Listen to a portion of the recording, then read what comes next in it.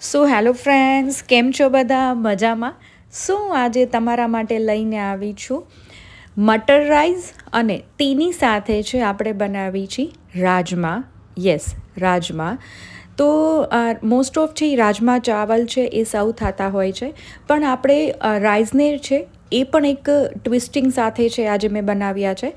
તો first of all છે એ આપણે રાજમાની પ્રિપરેશન છે એ આપણે કરી. તો અહીં મેં એક પેનમાં મોટી 4 ચમચી છે એ મેં તેલ લીધેલું છે, અને તેલ ગરમ થાય ત્યાર પછી તેની અંદર બધા મસાલા કરી છે. તો આની અંદર આપણે 2 નંગ ટામેટાં, 1 થી 1.5 નંગ ડુંગળી, આદું, લસણ અને મરચું છે એ આપને જોઈશે. અને તેલ ગરમ થાય ત્યાર પછી તેની અંદર 1 થી 1.5 ચમચી જેટલું આખું જીરું છે એ એડ કરી છે. ફર્સ્ટ ઓફ ઓલ આપણે રાજમા છે એની ગ્રેવી છે એ પ્રિપેર કરી છે.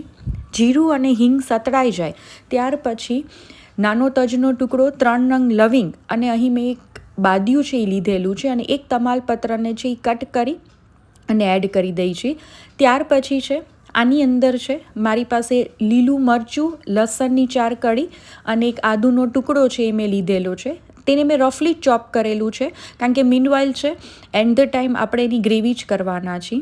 ત્યાર પછી અહીં મારી પાસે ડુંગળી છે એ પણ છે મેં મોટા મોટા પીસીસમાં કટ કરી લીધી છે, તે પણ હું આ સ્ટેજે છે ને ઉમેરી દઉં છું.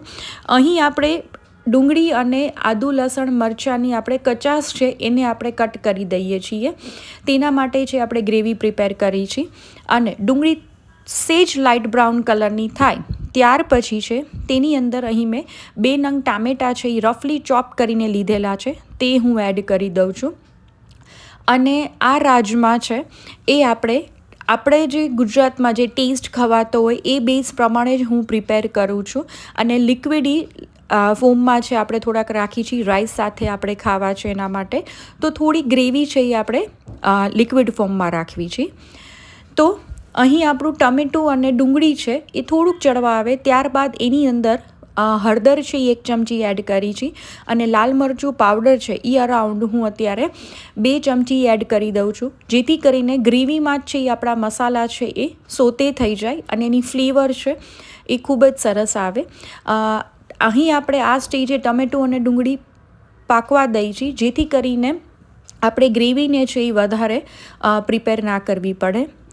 મીઠું છે એ આપણે સ્વાદ પ્રમાણે ગ્રેવીના ભાગનું મીઠું છે એ આપણે એડ કરી છે, અને રાજમા બોઇલ કરતી વખતે મેં એમાં મીઠું છે એ એડ કરેલું છે. આને સાતરી લઈ અને ત્યાર પછી આની અંદર અરાઉન્ડ મોટા 2 કપ જેટલું હું પાણી છે એ એડ કરું છું. અને પાણી એડ થઈ ગયા પછી મિનિમમ 5 મિનિટ છે તેને આપણે સાતરીએ છીએ, અને થોડીક થીક થાય ગ્રેવી ત્યાર પછી એને મિક્સરમાં છે એ ગ્રાઇન્ડ કરી લઈ છીએ. તો તમે જોઈ શકો છો કે આપણું 50% પાણી છે એ બળવા આવ્યું છે. તો આ સ્ટેજે છે તેને આપણે ઠંડી કરી લઈ છીએ ફર્સ્ટ ઓફ ઓલ. ત્યાર પછી એક કુકરમાં અરાઉન્ડ મેં મોટી 2 ચમચી ઘી લીધેલું છે, અને હવે આપણે છે એ મટર રાઈસની છે એ તૈયારી કરી છે. અને ફ્રેન્ડ્સ, આમાં ઘી લેવું છે એ કમ્પલસરી છે, તો જ આ રાઈસનો જે ટેસ્ટ છે એ ખૂબ જ સરસ આવશે. અને ઘી ગરમ થાય ત્યાર પછી તેની અંદર 2 ચમચી જેટલું આખું જીરું છે એ ઉમેરી છે. જીરાની ફ્લેવર પણ બહુ જ સરસ આવે છે. અને આ રાઈસ છે એ સિમ્પલ એકલા પણ ખાવાની ખૂબ જ મજા આવે છે. ત્યાર પછી એક તમાલપત્ર, 5 થી 6 લીલા લીમડાના પત્તા, અને અહીં મેં વટાણા છે એ 1 કપ જેટલા લીધેલા છે. 1 નાનો કપ મેં વટાણા લીધેલા છે, અને તે કાચા જ છે.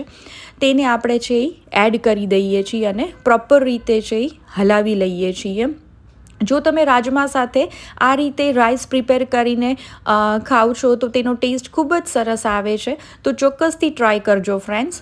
અને હવે આ સ્ટેજે એમાં મીઠું છે એ સ્વાદ પ્રમાણે ઉમેરી દઈએ છીએ, અને પ્રોપર રીતે છે એને હલાવી લઈએ છીએ. ત્યાર પછી અહીં મારી પાસે 2 કપ છે એ રાઈસ લીધેલા છે, અને તેને મેં વોશ કરી અને પલાળી રાખેલા છે 15 થી 20 મિનિટ, અને તેને આપણે એડ કરી દઈએ છીએ. અને પાણીનું પ્રમાણ છે એ અરાઉન્ડ મેં 2 કપ રાઈસની સામે 4 કપ જેટલું પાણી લીધેલું છે. આપણે વધારે 2.5 ગણું પાણી નથી લેતા, કારણ કે આપણે કુકરમાં વિસલ કરી છે એટલે વધારે પાણીની નીડેડ નહીં રહે. અને તેને પ્રોપર રીતે એક મિક્સ કરી લઈએ છીએ, અને મિક્સ થઈ જાય ત્યાર પછી આને કુકરનું ઢાંકણ છે એ બંધ કરી અને ધીમા ગેસની ફ્લેમ પર છે એ 3 વિસલ છે એ આપણે થવા દઈએ છીએ.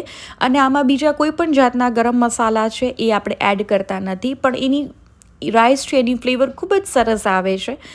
સો ત્યાર પછી તેમાં વિસલ થાય મીનવાઇલ આપણે એક પેનમાં છે એ અરાઉન્ડ મોટી 4 ચમચી ફરીથી તેલ એડ કરી દઈએ છીએ. તેલ એડ થઈ જાય અને ગરમ થાય ત્યાર પછી તેની અંદર છે અરાઉન્ડ હાફ ચમચી જેટલું ઘી છે એ પણ હું આ સ્ટેજે છે એ એડ કરું છું. આપણે જે ગ્રેવી છે એ મેં મિક્સર ગ્રાઇન્ડરમાં છે એ પીસી અને તૈયાર કરી લીધી છે. તો આપણું ઘી અને તેલ છે એ મિક્સ થાય ત્યાર પછી તેની અંદર એક ચમચી જીરું છે એ હું એડ કરું છું અને પિંચ ઓફ છે એ આપણે હિંગ એડ કરી દઈએ છીએ. આપણું જીરું અને હિંગ સતળાઈ જાય ત્યાર પછી પિંચ ઓફ હળદર પાવડર પણ આ સ્ટેજે આપણે એડ કરી દઈએ છીએ અને ત્યાર પછી છે અને પ્રોપર રીતે છે એ મિક્સ કરી લઈએ છીએ જેથી કરીને છે તેનો કલર છે એ વ્યવસ્થિત રીતે છે એ પકડાઈ જાય. ત્યાર પછી અહીં આપણી ગ્રેવી છે એ મેં મિક્સરમાં છે એ પીસી લીધી છે, તેને આ સ્ટેજે આપણે એડ કરી દઈએ છીએ. અને અહીં મેં પીસતી વખતે આમાં કોઈ પણ જાતનું પાણી છે એડ કરેલું નથી. તો તમે જોઈ શકો છો કે આપણી ગ્રેવી છે એ થીક પણ નથી અને પતલી પણ નથી, મીડિયમ કન્સિસ્ટન્સી છે અત્યારે મેં રાખેલી છે. તો તેને આ સ્ટેજે છે એ અરાઉન્ડ 2 થી 4 મિનિટ માટે છે ફૂલ ફ્લેમ ઉપર છે એને થવા દઈએ છીએ. અને ગ્રેવીનો છે એ કલર પકડાઈ જાય ત્યાં સુધી છે તેને પ્રિપેર કરી છે.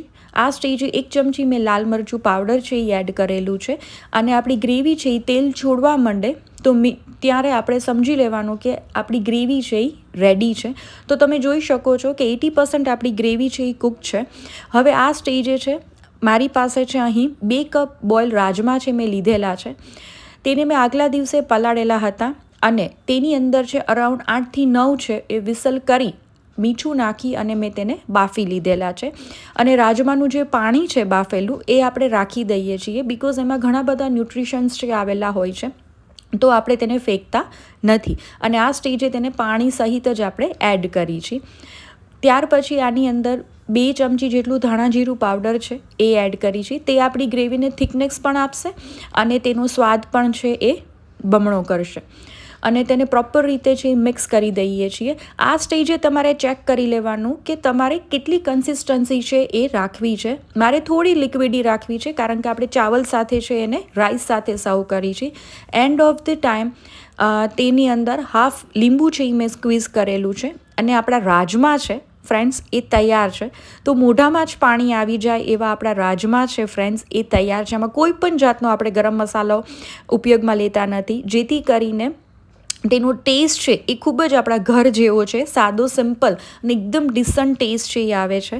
મીનવાઇલ આપણે ચેક કરી લઈએ તો તમે જોઈ શકો છો કે આપણા રાઈસ પણ મટર રાઈસ છે ઘીથી બનેલા એ પણ તૈયાર છે અને એ પણ ખૂબ જ સરસ છે એ આ રીતે છે આપણા તૈયાર થઈને આવી ગયા છે. અને મારા ઘરે છે થોડોક ગળેલો જે ભાત કહેવાય એ અમે લોકો સર્વ કરી છે એટલે મેં 1 સીટી છે એ વધારે કરેલી હતી.